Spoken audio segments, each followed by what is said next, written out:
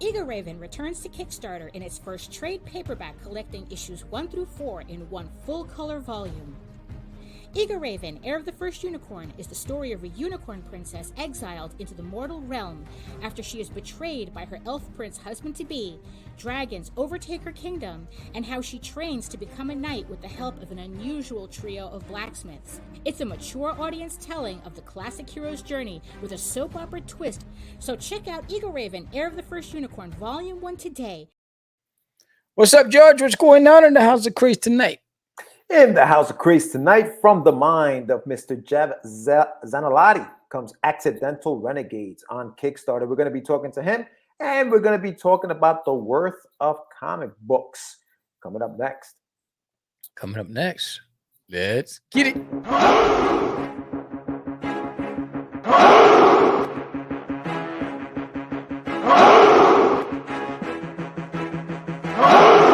We are the only show for independents all around, giving you a platform to spread your word all over town. Catch the Craze is the place to promote to your fans with the dream of Medina and Sam the Crazy Man. Subscribe to our show and never miss an episode. It's time to get your mans, listen to us on the go. Updated every week, we never miss a day. Join the squad, come on in. It's time to catch the Craze. If you are an independent, catch the Craze. Making moves on your own, catch the Craze. On your grind in the streets, catch the Craze. Join the movement, catch the Craze.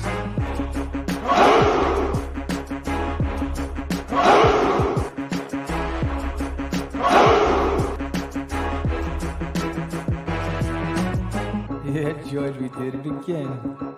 Come on now. You know you want to do it. Catch the Craze.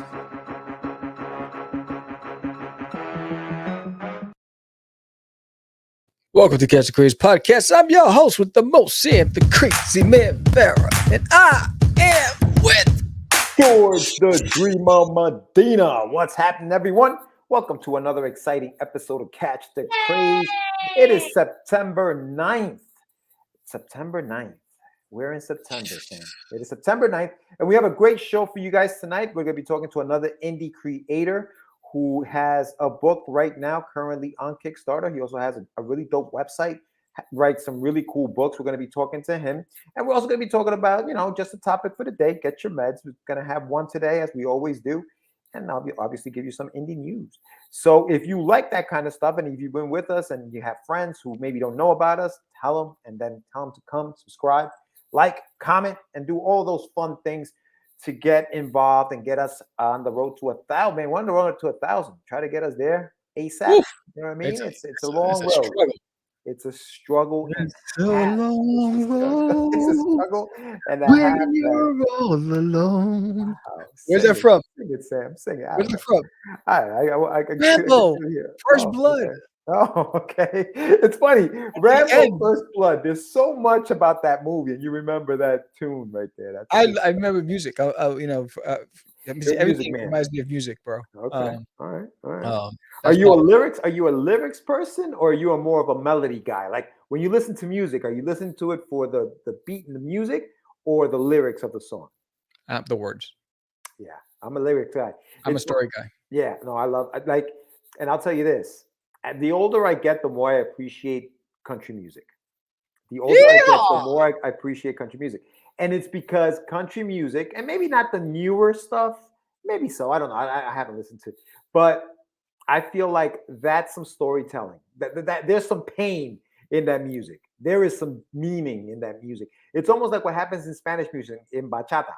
Bachata has that cut your veins because she left you kind of lyrics. You know what I mean? I appreciate about the genre country music, it has not been tainted by generations.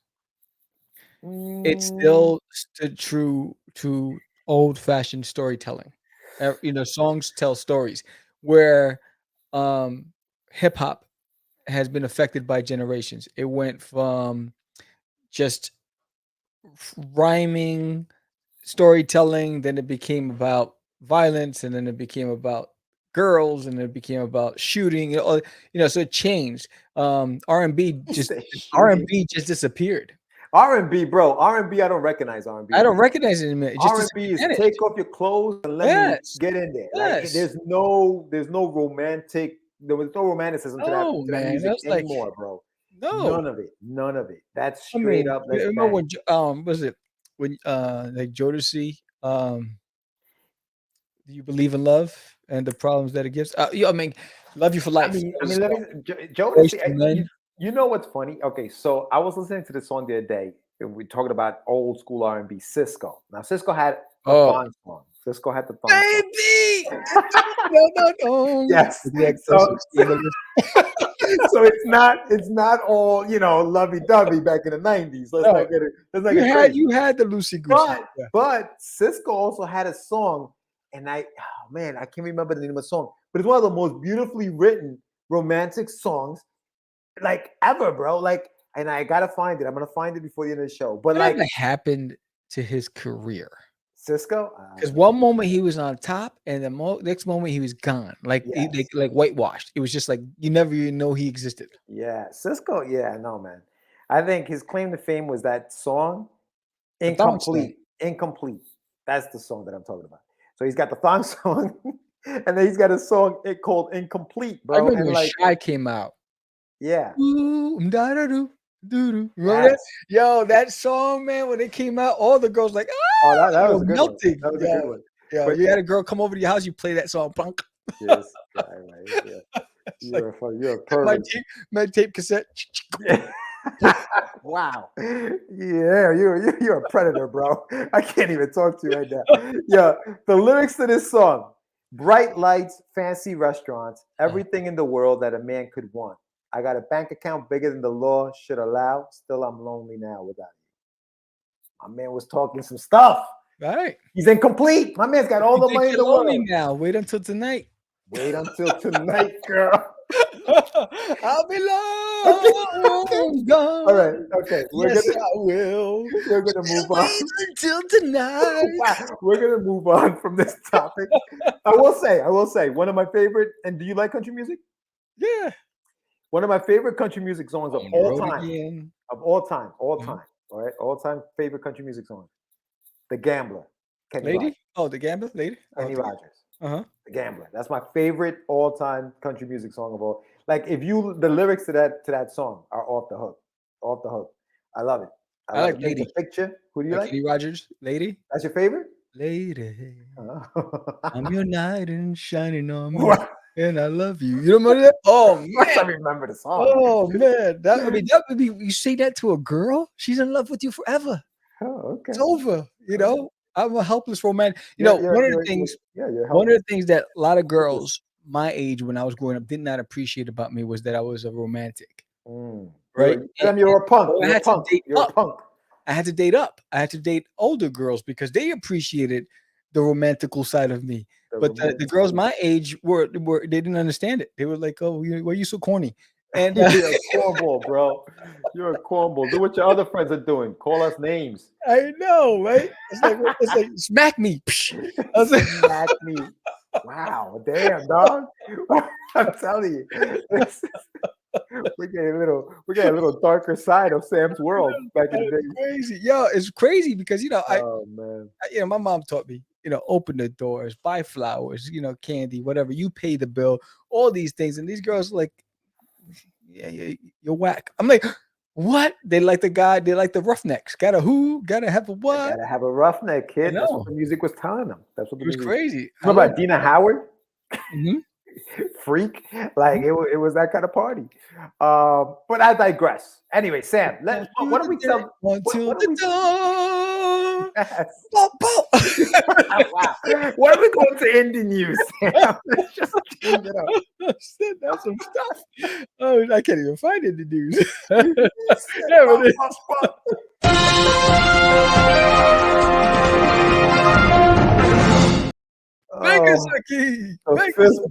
fist bump, though. That was ridiculous. That was ridiculous. Woo! Sam, September 9th. Aside from football season started this Sunday, it already started last night. But what else is happening in September? I'm currently at the Grand Canyon. Oh, nice. I'm at 2 places at once. I hope you're enjoying yourself. But what's going on? What's going on in September? This month of September. Talk to us. September. We launching this alien in my toilet. That's right. That's right, Duty. Duty's coming. Book number 3. Have you signed up? You know, as of this recording, which is 2 weeks behind, we're at 85 signups. We're trying to get to 100. Have you signed up for what's going to be the funniest adventure of the fall? And this is a double feature. If you sign up and you let me know you signed up, you'll get this free digital print of Duty's Monsters on Planet Cthulhu.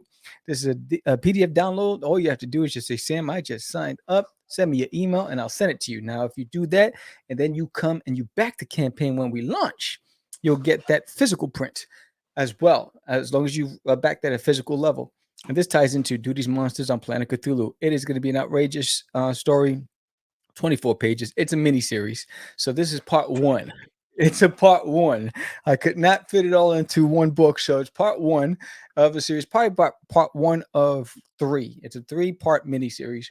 And it's going to be crazy. You know, Duty hears about this mythical creature that's where his soldiers from Uranus have disappeared at the Outer Rim. And so he wants to go and try to find them, even though he's just a teenager and he should not be doing this, but he goes off anyway. So, and then he's going to need some help. So it's going to be crazy. It's going to be fun. I hope that you come and join me for the ride. We launch on the 20th of September right here on Catch the Craze podcast. And if you join and everybody who backs during the live campaign, your names will go into a raffle. We're going to have some really cool prizes.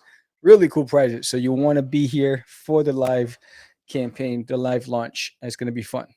Yeah, no, it's going to be a good time. Yeah.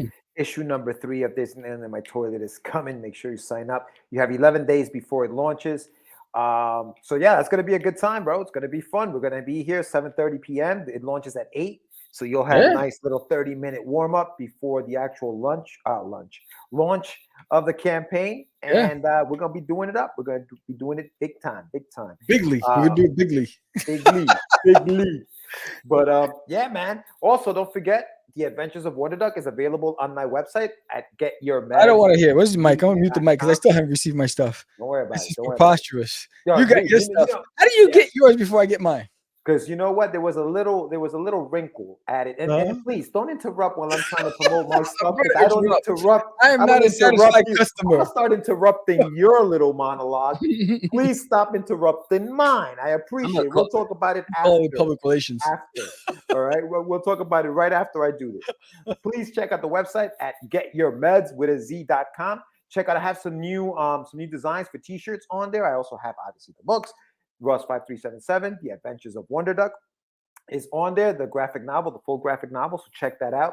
I have just updates as to where I'm going to be for the rest of the year and next year. And I also have some videos up there. So a lot of cool stuff. Check out the website. As far as you, sir. So the little wrinkle was that little, item that Hector gave me to send to you. And I don't want it to get damaged. So I'm waiting on this whatever thing that I ordered, and it's coming. As soon as it gets here, I'll send it out to you. Unless you want me to just send it out just like that. Special? Is that what it is? What happened? Trying to make me feel special? Is that what it is? Trying to make me blush? Bro, let me tell you something. Do you care? That piece, piece is so dope. It is. I would hate for it to get damaged if I just threw it in like a regular package. So I'm like, yo, when is this still like what is that thing called? You know, those little hard 8x10, not 8x10, 11x17. You know, you put the little board. It's not a board though. It's like a see-through thing. So I'm waiting for that to come in. Protection. As soon as that comes in, boom, I'll send it out. So stop giving me a hard time for taking care of your stuff. I should have just sent it. You can fold it up, fold it in half, put it inside the thing, stuffed it, and it's send like it out. Johnny stalking me, say, yo, where's my stuff? I said, I sent your stuff, man. Leave me alone. Yeah, man. What is this all about? This animosity. Pressure. Trying to help people out. But yeah, man, it's gonna be a good end of the year next year. There's a lot of stuff planned for everybody coming from you and myself. So that's gonna be fun. And and then in October I'll be at the Fan Expo. That's right. You got more shows coming up. And then I'll be at the Cowtown Comic Con. So I have 2 more events for this year. We'll see if I do RetroCon. I'm not sure just yet. because this weekend, at the time of this recording, this weekend I'll be doing the Denton Comic Art Expo. All depends on how successful that is. Will depend if I book the RetroCon, Yeah. which Aurellis, shout out to Aurellis, Release. who's been really late. She's been acting like my public relations. She's like, you You need have to to do this, hire her. you need You to have do to that. hire her, bro. Yeah, she's legit. She's legit. But yeah. Shout out to Aurellis. She showed up and showed love at the Arlington Comic Fest, which is pretty dope. Yeah, no, that's good stuff, bro. So yeah, so make sure that you stay subscribed to the channel so you can get updates on everything that's going on with us here on Catch the Craze and with all of our independent titles that we Yeah. have right now out there. So big shout out to everybody who supported us already. Big shout out to to Daphne Lage, who Sponsor of actually this is the episode. sponsor of the episode. Make Yeah. sure that you check out her stuff. I don't, is her campaign still Her going now? campaign's on fire. Yeah, so here's a word of advice for everybody out there. Daphne Lades, whenever she sponsors Catch the Craze during her live launch, during her launch for her campaign, she usually buys a month spot. She does extremely well on her campaigns, extremely well, because it's running on our platform, on all audio platforms. It's on all our social media. So you're getting a lot of advertisement for a little bit of money. And so she's figured it out. And we have another sponsor. So we're gonna play that sponsor right after Get Your Meds. But I think I'm feeling a little wheezy right now. I am as well. I'm just trying to see when her campaign is going through, just to get people the information. Yeah, so it ends September 23rd. So you Yes. guys still have a chance. Eagle Raven, heir of the first Unicorn, Volume 1 trade and prequel, Funded goes in through 45 minutes. September 23rd. As of this recording, she's at 61 backers. I'm sure by the time this airs, she'll probably have double that. So, but Look at it. yes, Sam, let's get those meds, man.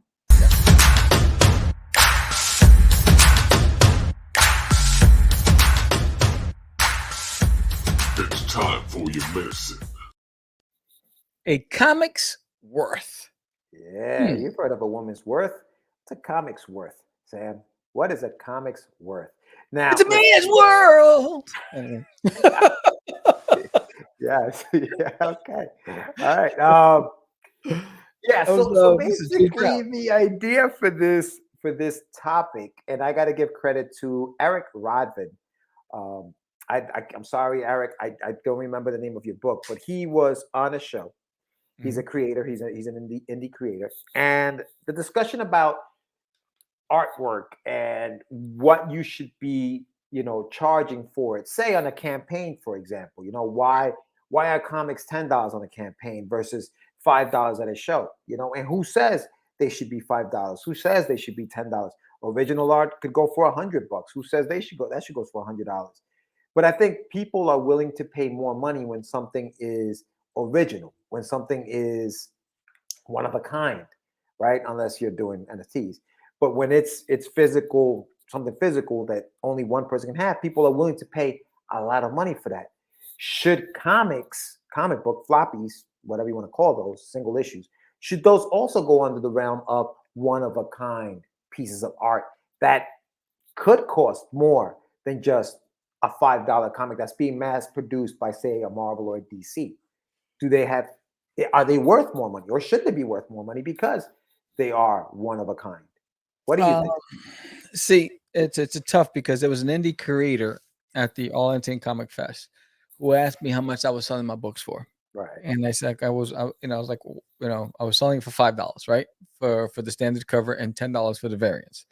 And I was like, oh, because people were giving me this, third eye, because I said $15 for their comic. So they priced their comic book at $15. Ooh, their comic was priced $15? Yeah. Ooh, wow, okay. Yeah. So they were going in, right? Yeah. So I was like, my homage cover was $20, right? But that was limited to 100, with numbered, certificate of authenticity. Those are rare. There's only gonna be 100 of them. So you get them, you got them. And so people were paying. When I would say this is $5, and go, what? But I like that cover. I said, well, and I showed them the certificate. I was like, this is numbered, blah, blah. They go, I want that one. Right. So people will make so I always say the consumer will decide the value. We want to price ourselves in a situation where we're competitive But when you're not, see, there are indies are a dime a dozen, right? And that's where so when I'm listening to this topic, that's where the challenge is. There's so many that they'll produce a first issue and then you won't see anything else from that point on. So, in the eyes of the consumer, is it worth my time or investment that no one's ever going to know this? He probably sells, in his lifetime, 1,000 of that one issue across multiple shows, online or whatever. And is it ever going to mean anything in that person's eyes?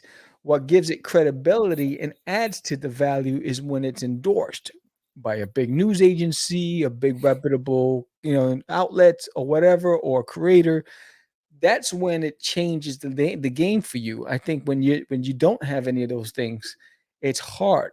When it comes to original art, I say you price it the way you feel you should price it. And don't look back. And and if people bark at that or shrug their shoulders at that price, they don't understand.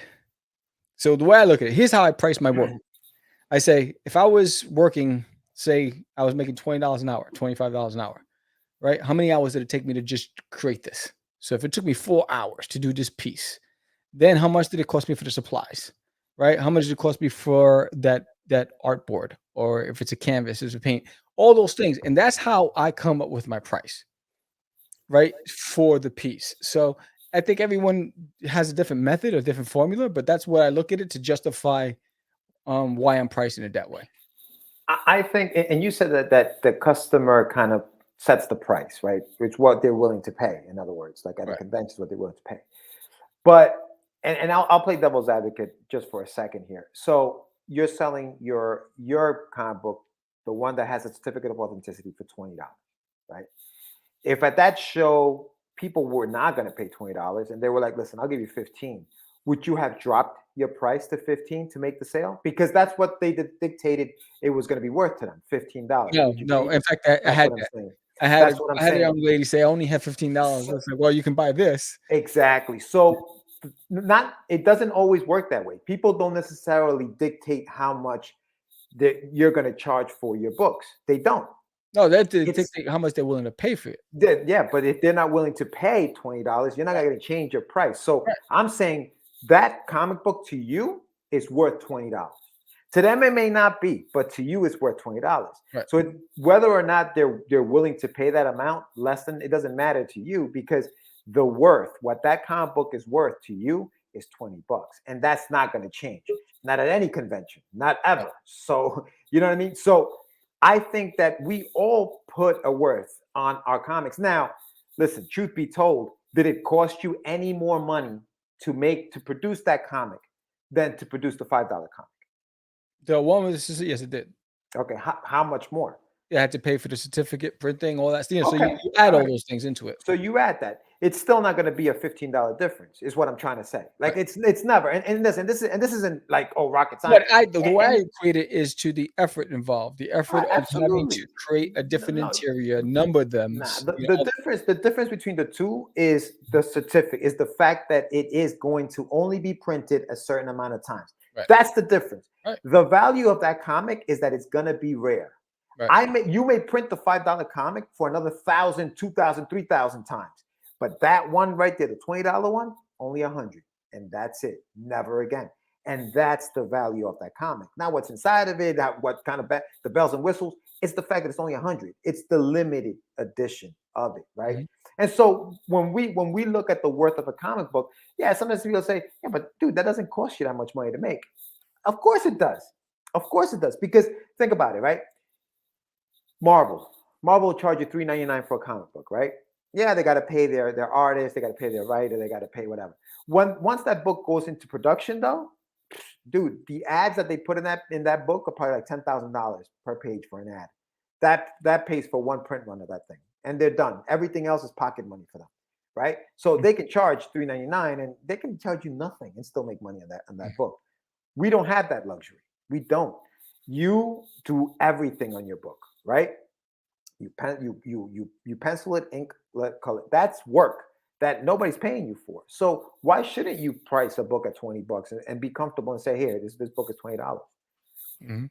Yeah, because it's your time. It's your blood, sweat, and tears. Literally, blood, sweat, and tears.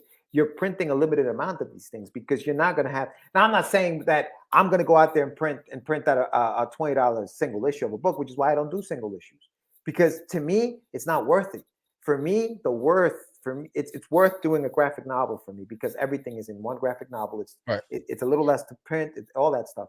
So for me, I can price it to a point where I can still make money back for it, and you don't feel as the consumer like you're getting ripped off for something, which some people may feel that way. But what I'm trying to say to people when they go into a convention and they try it and they buy a book and they see a book that's $10, $20 when the regular comic book is a certain amount of money, it's because it's being produced by the person sitting behind that table.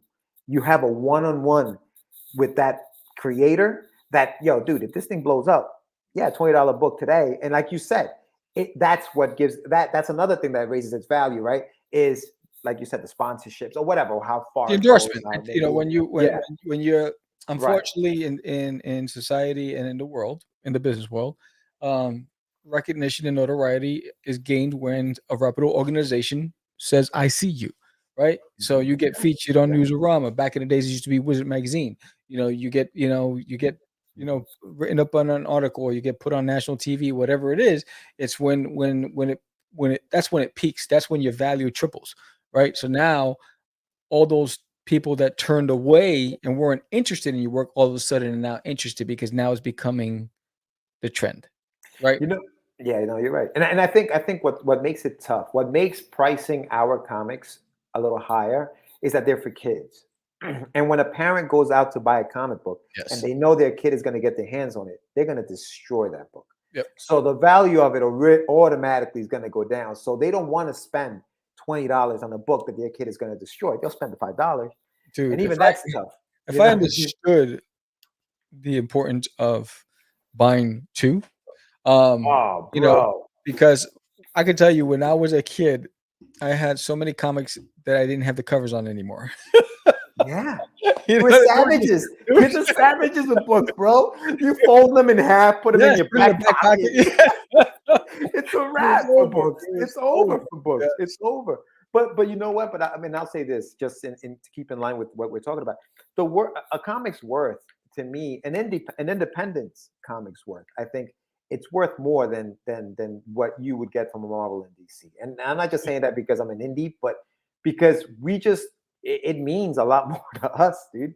It means a lot more to us when we put that book together. And you guys just got to remember that. It means a lot when it comes from an indie because that indie put a lot of work into that thing, And so I'm not saying we're going to go out there and price comics at $10, $20, but I'm saying if you run across somebody, people watching, if you run across an indie who's selling a book for that amount of money, hey, sometimes you got to price it that much because it means that much to them. Exactly. Yeah, so that's why I try to give a fair balance when you come to my table. So it's like standard covers always going to be $5, but if you want variants, they're going to be priced higher because it costs a lot more to print these things. Well, because they'll become the collector's items, right? Your kid's not going to get your hands on it. That's not for that's probably for the collector in you. That's not for the kid. The kid can get the $5 one because he's going to destroy it, and I understand that's why that's what's going to happen to that comic. But like you said, the variants, those are collector's items. Those are going to be worth a little more money. Yeah. So if you have a comment, leave it. If you have any feedback on this, leave a comment below. Let us know what you think. So I see that we have our guest in the waiting room. So what we're going to do is run to commercial break from one of our sponsors, and this is Technogods. And when we come back, we will be talking to our guest. So there it is. Let's hit Technogods.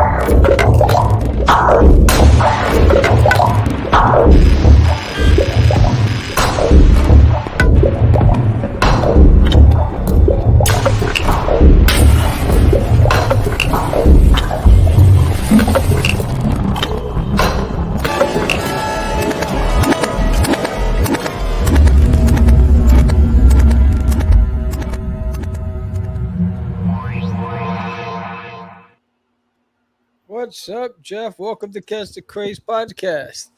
Hey, thanks for having me. Big fan of the show. Oh, Hey, Jeff, thank you, man. I appreciate that. How you doing? No, thank you.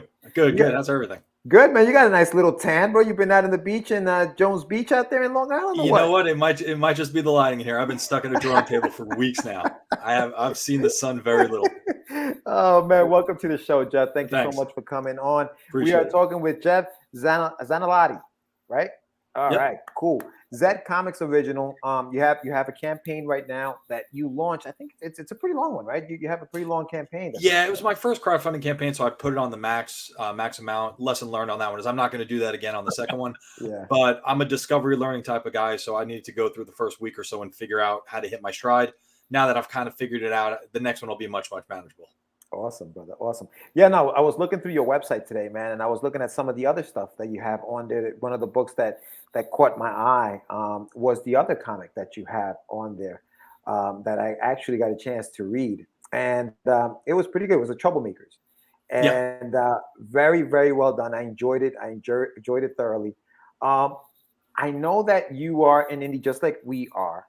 Just tell us a little bit about, where you grew up and, what made you fall in love with comics? Okay. Well, I'm a native New Yorker from Long Island. Grew up, on the island, was into comics pretty much my entire life.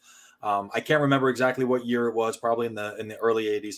I can remember being homesick and my father coming home from, working in the city, probably stopped at, Penn Station and picked up some comic books from a newsstand back when you could still do that. Yeah. And he kind of came in and gave me some comic books so I could read while I was sick, and I kind of got hooked. Went through a period where I was collecting everything I could get my hands on, was a fixture in the local comic shop. And that was still back in those days where you almost kind of had to keep it quiet. Like being a comics guy wasn't cool back then, in like the late 80s, early 90s, you really had to kind of keep it silent, go to 7-Elevens in the middle of the night and, pick up comic books from the spinner racks. But, been into it for a really long time, kind of fell out of it for a little while, family and job kind of got in the way. And I picked it back up a few years later. I've always wanted to create my own comic book. It's something I've been itching to do for a really long time, but I always made excuses, right? Like I'm not good enough. It's too much going on. I don't have a story to tell. All those excuses that we tell ourselves to keep from making that leap. Pandemic hit, and like a lot of people, I was kind of locked at home with not a lot to do. And I figured that, I should definitely do something. And I decided to take my time and argue with people on the internet, which anyone will tell you is never a good idea and it doesn't help anything. And I was getting frustrated and really started to get burned out and losing a lot of my time. And I made a promise to myself that every time I wanted to argue with someone, I was going to use that energy to invest in something creative. And I got into digital art, having been traditional my whole life. I really kind of threw myself into that. And I started making some progress. And I set a goal that I was going to get that book, The Troublemakers, into some local shops for Free Comic Book Day in 2021. That was the mark on the wall I wanted to set for myself. I was able to do it. 5 local shops had that book in there on Free Comic Book Day. And once I knew I could get a book done on time to a relatively high standard, I wanted to continue doing it. The story of the Troublemakers was great, but I felt it was a little bit derivative. And frankly, it wasn't the story that was in my heart to tell. So I transitioned to the new book, which is Accidental Renegades. It's crowdfunding now. So my story is kind of like a lot of other people. Something I always wanted to do, finally just kind of seized it and did it. And once I did it, I was a little bit more comfortable and definitely motivated to continue doing it. Because, you guys know as well as anyone, it's a ton of work, but it's incredibly rewarding. And it's actually a lot of fun. No, absolutely. Absolutely. And I know you're an educator, and I know you do teach. But growing up and going back to when you were a kid, right? When Jeff was a kid, did you draw comics? Did you write comics? Was that something that you ordered, or did you kind of basically took some of the characters that you saw in Marvel and DC and wrote your own stories about them, or were you always this creative kid who had his own I guess a combination of all those answers, right? I kind of drew my own characters.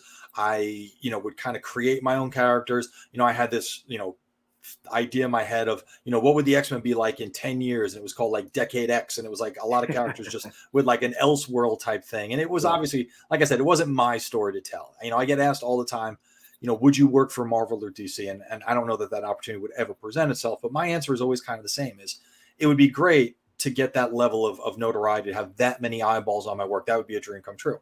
Yeah. But at the end of the day, you're playing with someone else's toys, right? Like the X-Men are great. I love the X-Men. I grew up on them. They're my go-to team. I love the books. I'm passionate about that. That's something that I relate to. I could write the greatest X-Men story in the world. At the end of the day, it's someone else's story that I'm telling. If I'm an indie creator and I'm creating stories with my own characters, I'm playing with my own toys that at the end of the day, I get to take home with me too. So I've always kind of told those stories, probably just a bunch of panels and not really a cohesive comic book until recently. And it's a challenge, but it's really, really fun to work through those challenges as you're going through it, right? One of the biggest challenges that I find, I guess, as an indie is trying to be original, trying to stay, right, yeah, trying to be different from what's already out there. I know you have a hero book, and this is what's being crowdfunded. How did you kind of try to steer away from maybe sounding too much like something that's already out there? Like, what were some of the things that you did to kind of be like, all right, let me stand out, let me be a little different? That's a great question, because there's that saying that nothing you do is ever going to be completely original, but nothing you do is ever going to be completely unoriginal, right? So it's kind of like putting a spin on something that already exists. And the spin that I think really falls on Accidental Renegades is that many of your stories, whether it's Western comics or shonen style manga, in many of those plots, the characters are trying to be heroes, right? Either it's the hero's journey, how do they get where they're going? They seek that out. They want to be the hero. They want to save the world. They want to be, the number one hero, the pirate king, whatever. Accidental Renegades, I think, kind of inverts that trope a little bit, because this is a group of people that have power kind of thrust on them and notoriety given to them, but they've never sought it out. And more importantly, they don't want it. So I think in a lot of ways it's more realistic, and you've probably seen in your life too, where people are given responsibility they never asked for, and now all of a sudden they have all these responsibilities thrust on them, and they have to figure out how to make it happen. Whether it's a promotion, a relationship, a child, whatever it is that kind of throws you for a loop. Now all of a sudden you have a series of responsibilities and requirements that you didn't necessarily know, but you're being asked to kind of, rise to that occasion. And then the question becomes, will these characters rise to that occasion, or will they fail in trying to do so? And I think a lot of people can find that relatable, because I think all of us at one point of our lives have been in just a little bit over our heads on something, and we're trying to make the best of it. Yeah. Absolutely. So walk us through your process, from start to finish. How do you approach your project, your day? What do you start with first? Well, like you, I kind of do everything myself. The writing, the plotting, the drawing, the lettering, the I do some color, but the screen tones and the gray tones. So, I'm not sure what your process is, but mine is really free flowing. It tends to be a lot of improvisation, because I can come back and I don't have to get something to a collaborator. I can just figure out how I'm going to do page 5 later, but right now I'm working on page 7. I have that flexibility. But for me, it generally works where I start with figuring out the beats for each page. So on each page, it'll say, okay, on this page, there's an explosion, and someone's body is on the ground. I know that those are the beats that have to happen on that page. Then I'll go to the next page, and just hit the one over the world larger elements for each page. That allows me to make sure that I've got the full page spreads where they need to be, that the page turns are on the odd number pages so that it opens up properly, just to make sure that the physical setup of the book, because there's no ads, so I need to make sure that it's set up properly for that. Once that's done, then I can start to get into a little bit more detail with plot, with dialogue, with panel designs. And that tends to almost, I say, if the first part is a straight line, the second part where I'm doing that is almost a loop, because I'll keep coming back around. And if something doesn't work, I'll come back around. Just the other day, I was working on a page in Accidental Renegades, and I realized that the panel, the way it's designed, doesn't necessarily work right vertical. So I was able to change it to horizontal. And I'm able to do that because I kind of am going through the process with a little bit more flexibility from start to finish. If I'm working with a collaborator, I have the problem of I need to get them a full script, or I need to get a full script. And I think that limits a lot of the back and forth. And I've listened to some of your interviews where people work with artists in other countries where there might be a language barrier on top of everything else. And I feel like that puts with it different challenges on collaboration that I don't necessarily have to worry about. At the same time, though, when you're doing everything yourself, you sometimes miss your own mistakes because you're just so closely related to it. So it kind of helps to have a collaborator too. Right. And I noticed that you decided to try your hand at digital and switch over. What was the influence behind that? For me, largely speed, to be completely honest. I tend to a lot of times figure out the way the art's going to look on the page. I do thumbnails, I do roughs, but I really start to get into detail on the page itself. And I tend to, be a little bit of a perfectionist. Sometimes there's things that just don't look right. Sometimes it's scale, perspective, whatever. So I do erase a lot. when you're erasing a lot on paper, eventually the paper starts to get degraded, and the ink doesn't sit right, and the pencil doesn't come away. And what it does to me is it makes me afraid in some cases of putting down those lines. And you talk about those artists that have a piece of paper and they're afraid to put a line down because you don't want to screw it up. Digitally, I can get as creative as I want. I can experiment, because if I screw it up, I just undo. Right. And what I find is, for me personally, from a creative perspective, it keeps things loose, keeps things fresh, and allows me to take some chances that I'm not afraid to take, but I'm reluctant to take on, a $2 piece of Bristol. Whereas digitally, I'll try whatever, like splatter some ink on that shit. Let's see how it works. And if it doesn't look right, that's okay. I just literally hit the back arrow, and just like that, I'm out. So I can try so many things, and I can experiment, and I can get more creative. And I find that it allows me to work better. And also I think to work faster, because, erasing can be a pain, but when you literally are one, tap of a stylus away, it really does save on time. And time is the one thing that I never have enough of. You had options. You had options to go with Photoshop or Clip Studio. Why Clip Studio over Photoshop? Honestly, I had no experience with either one. I did a little bit of research on it. Clip Studio seemed like it offered more. I just really had never worked. And I mean, when I say never, I mean, I'd never worked digitally before. There was a definite learning curve. And I've said this to people before, where it's almost kind of like you're an experienced driver and then they give you the keys to a really, really good car. Like, you'll know how to get it from point A to point B, but you're not going to be able to make that car do all the things it should do. That's kind of like how I felt the first time I, worked on, the Troublemakers digitally. Was I had it. It was pretty good. But now, after going over and over and doing it more and more, I'm like, oh, it can do this. I can also do this. I can fix this. And I kind of look back at some of my processes before. And again, it's like, I was a new driver and I didn't know, how to downshift. Well, now I know. And now I'm driving so much better because I just had more experience. Photoshop or Clip Studio made no difference, because I didn't have either one before. I looked into Clip Studio. It seemed like a really good deal. Some YouTube videos made it sound like it was a good feature. And I think that's what you use too. But, I'm running Clip Studio. Yeah, I love it. I love it. The only thing I hate about it is, I have so many questions and I can't ask someone. Like, I wish there was like a tutor or something where I could just be like, hey, come here. Like, I wish it was the days where you're the whole studio days where you were just in a studio with a bunch of other artists, where I could be like, hey man, how do I make this thing work? I can't figure out. And it's fun, but at the same time, it's like, man, I know I can do more. I just don't know what series. There's a lot of Clip Studio tutorials on YouTube, and a lot of artists that and that's where I go to, because I'm, I've only been using it for a couple of months now, and but I'm in love with it. It's like the best thing that's ever happened to me. And but I uncover so many different things every day. Where I think Photoshop lost a lot of people was in their pricing. Like, when you have to pay for a subscription for a program, I think it's going to lose a lot of people, because you want to just pay for it, whether it's for the, just give me the program, let me just work on it. I don't want to have to pay every month. And I think that's where I think Photoshop lost a lot of people. And what made Clip Studio more appealing is that it was so affordable that I was able to get the PC version and the Mac version, because I work off of both machines, and I don't lose anything off of the two. I have the same filters, the same fonts. That's, you know what I mean? I don't lose anything. But I know Clip Studio is changing their business model a little bit, and just recently they announced, I don't know if you guys heard this, where basically they're no longer offering the software updates for free. I mean, that's software. Like, you'll still be able to get software updates like patches and stuff like that. But, every once in a while, they're like, all right, here's this free new brushes, new tools, new Liquify. Like, that is no longer being offered for free. So you can either upgrade to pay for the upgrade. But if you don't, whatever version you're running right now will still work. So it's kind of going off of like the old software model. And I know a lot of people complain about it. But I think it's part of the problem is, like you said, Clip Studio just offered so much that they're still offering a tremendous amount. They're just not going to be offering as much. They did the dealer move on the street. Yeah, kind of, sort of. Yeah. Baby.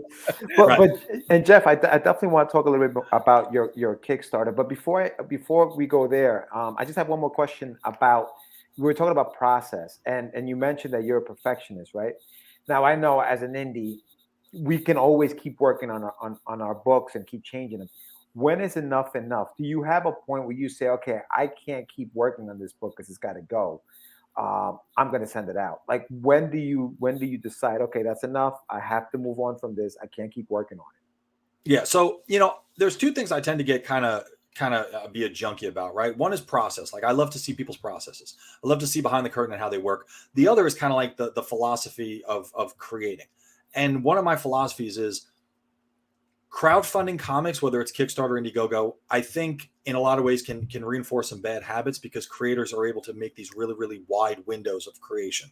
So if I have like a book that I'm crowdfunding right now, but I promise you it's going to get to you in January, well, that gives me a really long time to work on it. You can kind of fall into some bad habits.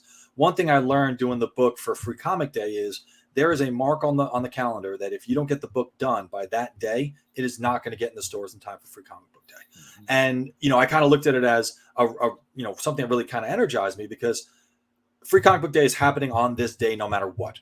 If my books show up a day later, it doesn't matter if they're the best books that anyone's ever seen. They're not going to be seen on Free Comic Book Day. Right. So that kind of energized me. And to be straight up, there's a couple panels in Troublemakers that I look at, right? I can't really even look at them because I'm like, God damn, man, I just didn't get it. I couldn't get it in time. I wish I had just, one more day. I could have made that panel look so much better. But in order to do that, now you're running the risk of sacrificing the deadline. And I've read interviews with creators, and I've seen interviews with big time creators, and they all said that you have to accept that perfect is the enemy of good, and sometimes things just need to be good. Like you have to get it into the reader's hands. You're also spending 6 hours working on a panel that someone may look at for 10 seconds. So like you kind of have to put that perspective in there too. And then I guess the last thing is I read an interview with one of the Kuberts where he had mentioned that, if you do a panel or a page and it just isn't kind of what you want, that's okay.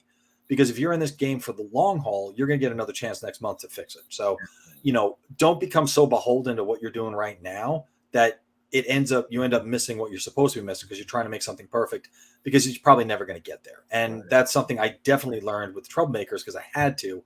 And it's kind of a lesson I brought with me to the crowdfunding is I want to stay on a panel a day schedule. If I can do that, I should be able to get everything done on time.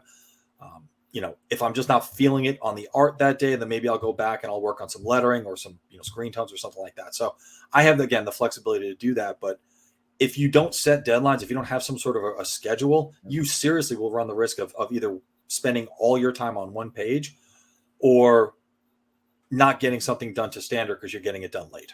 Right. Yeah. No, I agree 100%, man. Deadlines are so important. And we don't look at that. We don't take that into consideration because you're right.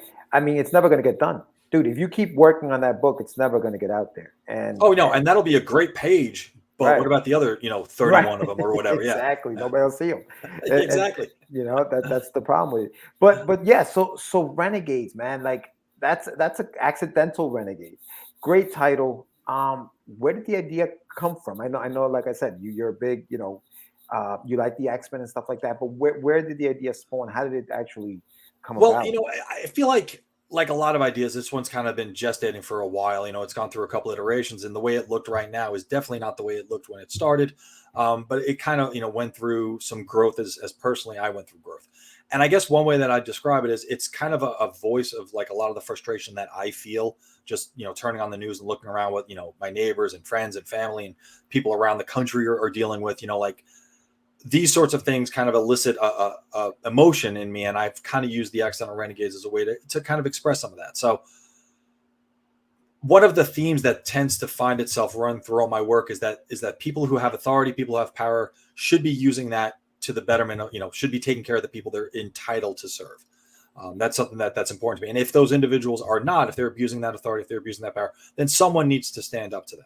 And in the Troublemakers, it was obviously the Troublemakers. And in the Accidental Renegades, it kind of falls unintentionally onto the team of, the Renegades. Now, that kind of comes from my frustration, and the book addresses some real world things, diversity, equality, people being treated fairly, the treatment of veterans, the role of the media, the role of government, those sorts of things that I think, regardless of whether you sit on the left or right of the political spectrum, you probably are frustrated with all those things, maybe for different reasons, but you definitely feel some frustration. And I think this book will resonate with you regardless of your belief, because I think, if it's done correctly, either side of the spectrum can see a little bit of themselves in these characters. Roger that. Fantastic.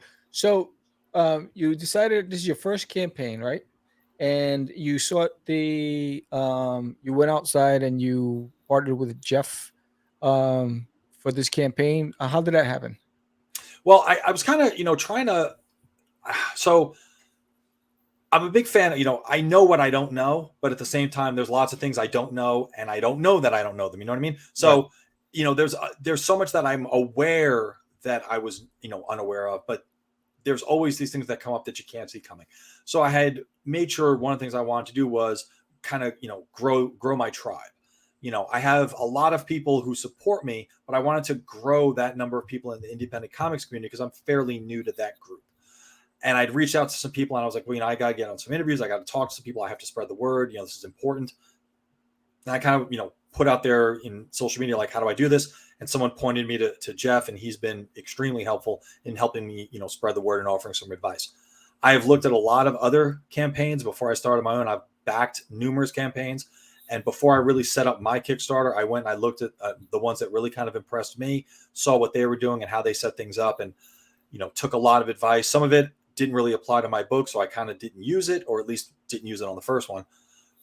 But being able to kind of lean on people who know what they're doing has been invaluable. And I guess the last thing I'll say about that is, in all the careers and all the professional rooms I've sat in my life, none of them have been so supportive as the independent comics world, where people who are relatively, if you want to say, they're kind of competitors, right? We're all kind of competing for the same attention from the same sets of fans, right?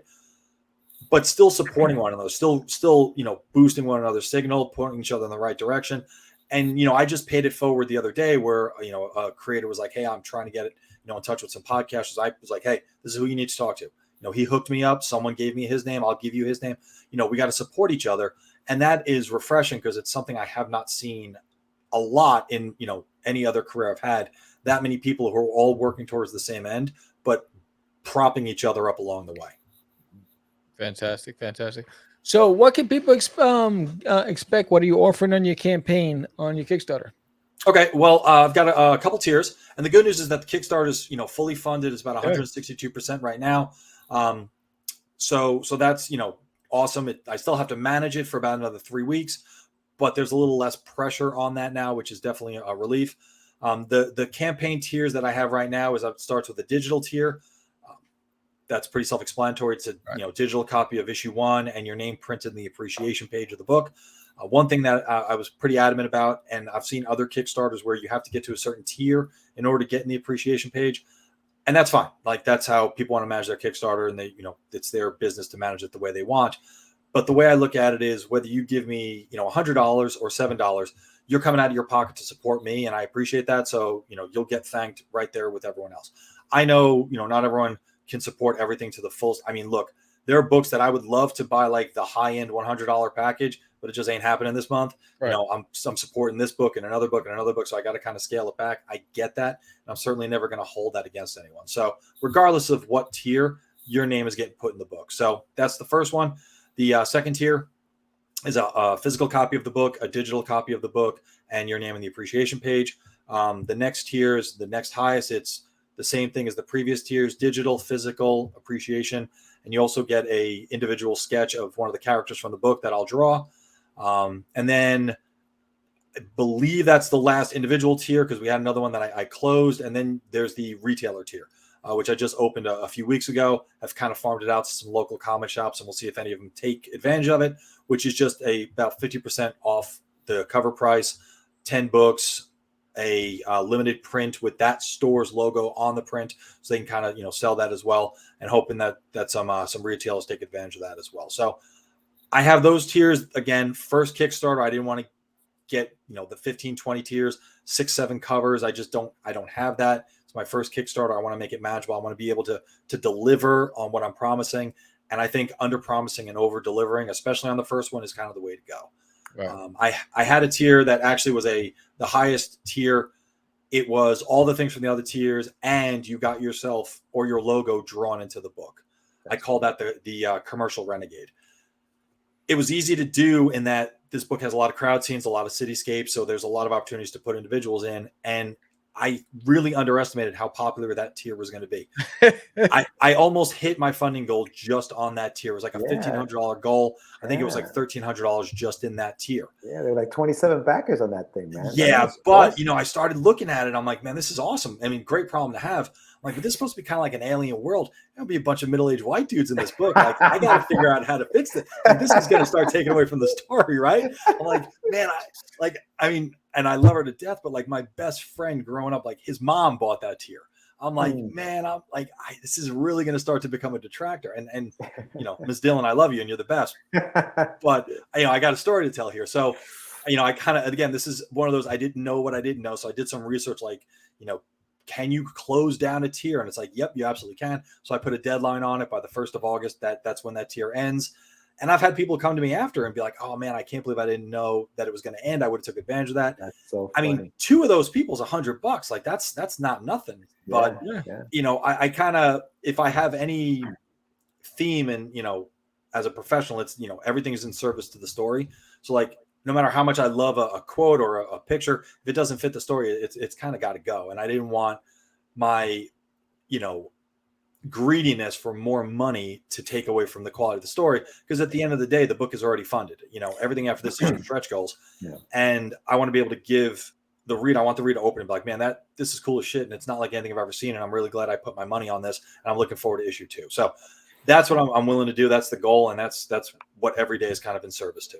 But you know what, Jeff? I'll say this. Like, listen, it's a likeness, so it's just a likeness. So you can put, you know, stuff on their heads. They're actors at this point. They would just go into makeup and they would just put like a little mask on them, and it's over. That's like you were reading my mind. I'm like, you know what? Some of these guys are getting gills whether they want it. That's what I'm saying. You know? That's what I'm saying. That's it. Like, I know, you know, I can explain it to my boys. You know, I can be like, hey man, look, I kind of was in a bind. I had to give you a tail and horns, man. There's no, and they'd probably be cool with it, but I don't know everyone. I think that'll be fun. Yeah. I think that'll be fun. I think it would actually be kind of cool too. Now that probably be better than the original idea. Yeah, absolutely. I think that would be so fun.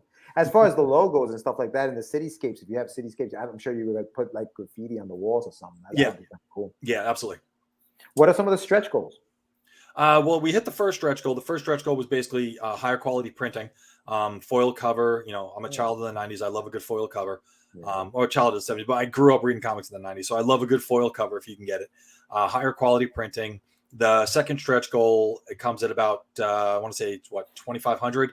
And that is stickers. So stretch goal and stickers. And then, you know, after that, we'll look at doing trading cards. Kind of a cool idea I've seen other people do, and I would love to take advantage of it, even if not with this one, maybe the next campaign. It's a lot of characters, a lot of really cool powers, and a lot of really cool, you know, biographies and background. I think having individual trading cards for some of these characters would be kind of a cool thing to have. Again, kind of growing up on some of the, you know, the Fleer X-Men cards and those sorts of things. Those were really cool, and to be able to kind of create those for these characters and sell them or hand them out or give them as a stretch goal would be, I think a pretty awesome opportunity. That's awesome. That's awesome, Bob. I love it, man. I love the fact that you have, you know, this campaign that is out. You have obviously other things that you're working on. I would think that Comics Original sounds like you're going to have a whole universe that you're building. Yeah, and we'd love to have you come back and just talk a little bit more about that. Absolutely, anytime. Anytime. Yeah. This has been really fun, man. I enjoyed it. Yeah, buddy. Thank you. Thanks for coming on. And again, congratulations on a successful launch of your first campaign. It's one of the hardest things to do when you're coming out the gate, and you seem to have nailed it. Number one, you had the right formula, you had the right mindset, you understood that it takes a village, and you're reaping the benefits of your efforts. So congratulations. No, I appreciate it. Thank you guys too. And you guys are killing it too, so keep it up. Thanks, man. Appreciate it. Hey, I appreciate you watching the show, man. That means a lot to us. That means happy to, you know, it's refreshing, you know. There's different levels of indie creators. There's different levels of you know, podcasts, and you guys are awesome. So I appreciate it. I appreciate it, man. Thank you, brother. No, good luck with it, man. I can't wait. Listen, this won't air until the 9th, so you know, these will be like the last few days for people to check it out. Sure. But I'm sure by the time this airs, you're gonna be way more than what we showed on the screen. Awesome. Accidental Renegades on Kickstarter. Go ahead and check it out. It'll be there. Feel free to throw some money at it. It'll be cool. There you go. Brother. That's it, man. That's it. Thank you so much, Jeff. Peace. Thank you, guys. Appreciate it. All right, so that was Jeff. Again, fantastic, great backstory, great content, fantastic. You know, first, this is exactly what we talked about offline. So we, you know, George, you and I have a lot of conversations about all the things that indies fail to do. He didn't make those mistakes. You know, we can name a dozen Kickstarters that they launched it and they missed 20 steps along the way. And he was smart enough to figure out that, you know, he needed to partner with people who knew what they were doing, and in order to navigate in these, these unpredictable waters. Yeah. Yeah, dude. And I'll tell you this: the thing that I took away from Jeff, and big shout out to him, man. I'm very happy for his success in this campaign. But what I really liked about what he said was he admitted mistakes. He Yep. was like, you know what? It was a 60. I did it 60 days. Probably never will never do it again. Boom, mistake. He found the mistake, addressed it, not doing it again. I'm moving on from that. Right. Yeah. He talked about, even in his other book, the troublemakers. There are things in there that I probably would, I would change and I would do different. And it's almost, he's things constantly learning. He's there's things in the willing. books. I'm like, I don't like that angle. That's what I'm saying. And willing to admit the fact that there is a mistake. Because if you don't admit to yourself that you made a mistake, you're never going to change it, because you think you're right. You think you did everything correct. So when you're admitting that mistake, it means that it's going to change. And I love that attitude. He's got the right attitude. I mean, this is a gentleman who he grew up just like us, reading comics in the 90s. Discipline it looks like it's a big thing. And I wanted to ask him more about, obviously he's a teacher, he's a veteran. So thank you so much for your services, Jeff. We didn't get into much of that, but 30 minutes is never long enough. But we'll definitely have him back, and we'll see, where the universe that he's creating is going, and hopefully you guys jump on board and check it out. Check out the campaign. I mean, he understands the importance of accountability, self accountability. Holding himself to a standard in order to be able to, and it ties into when you're trying to price yourself, right? It's like you got to ask yourself, would I want to buy this? Right? It's like that's one of those things when you want to price your work. What I want to buy, and I think he holds himself to a high standard, so he wants to make sure that he gives that the best of his ability at the time that he created his project, that he's giving it to the consumer. So, congratulations! Another cool indie, another cool story.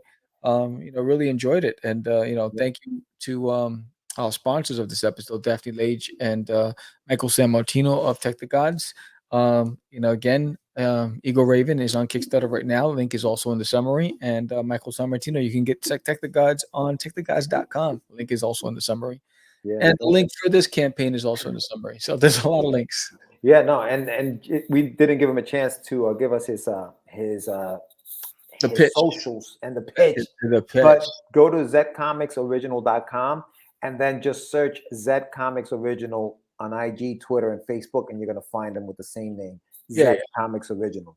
The links will be in the summary as well. Yeah, and those links are going to be there as well. Yeah, they're down there, so check it out. And, another good episode. Again, excellent. If you haven't done so already, guys, where's that dang button? Where's Herb? I miss Herb. You should hire him back, bro. I know, he's learned his lesson. Yeah, I think he's tired of selling those hot dogs.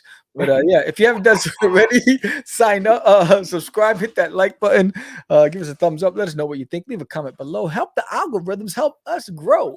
Right. And don't forget, sign up for There's an Alien in My Toilet, launching on Kickstarter September 20th in 11 days. 11 days from now. What the bloody hell? 11 days, baby. It's running, baby. Woo! Let's do this. Crazy. So with that said, I'm Sam the Crazy Man Vera. George the Dreamer Medina. Peace. And we are out. It's just easy. It's not. Crazy. Acquiesce. No, it's about my friend Acquiesce. Say my name, right? This is what you were thinking?